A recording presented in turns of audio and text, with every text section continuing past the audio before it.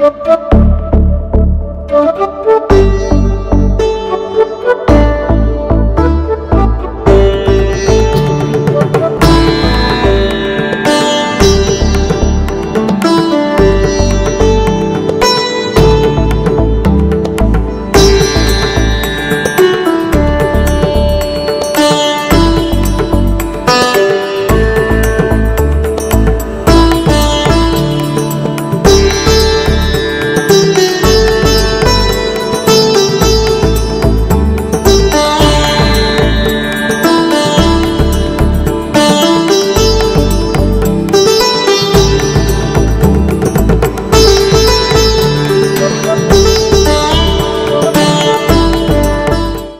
జిల్లాలో గాల మండలంలో సాగవున్న గ్రామంలో కొండపై కలిసి ఉన్న శ్రీ శ్రీ కాళీమర్దన వేణుగోపాల స్వామి ఆలయంలో ఈ రోజు మాఘశుద్ధ ఏకాదశి భీష్మ ఏకాదశి కాబట్టి స్వామివారికి మంచి తెల్లవారి మంచి అభిషేకం చేయిస్తూ స్వామివారికి వాళ్ళ మంచి స్వయంభూ కాబట్టి ఈ రోజు స్వామివారు దర్శనం కాబట్టి ఈ ప్రతి సంవత్సరం మాఘశుద్ధ ఏకాదశి ఇక్కడ యాత్ర జరుగుతుంది. అశేషమైన జన సందర్భం మధ్య స్వామివారు అనేక సేవలు చేసుకుంటున్నారు. అలాగా ఈ ఆలయం 5వ శతాబ్దం శాలివాహన చక్రవర్తి గారి సమయంలో నుంచి ఈ స్వామివారి మధ్య ఇక్కడ వెలిశారు. ఈ దేవాలయం శ్రీ శ్రీ శ్రీ కాళీమర్దన వేణుగోపాల స్వామి వారి దేవాలయం.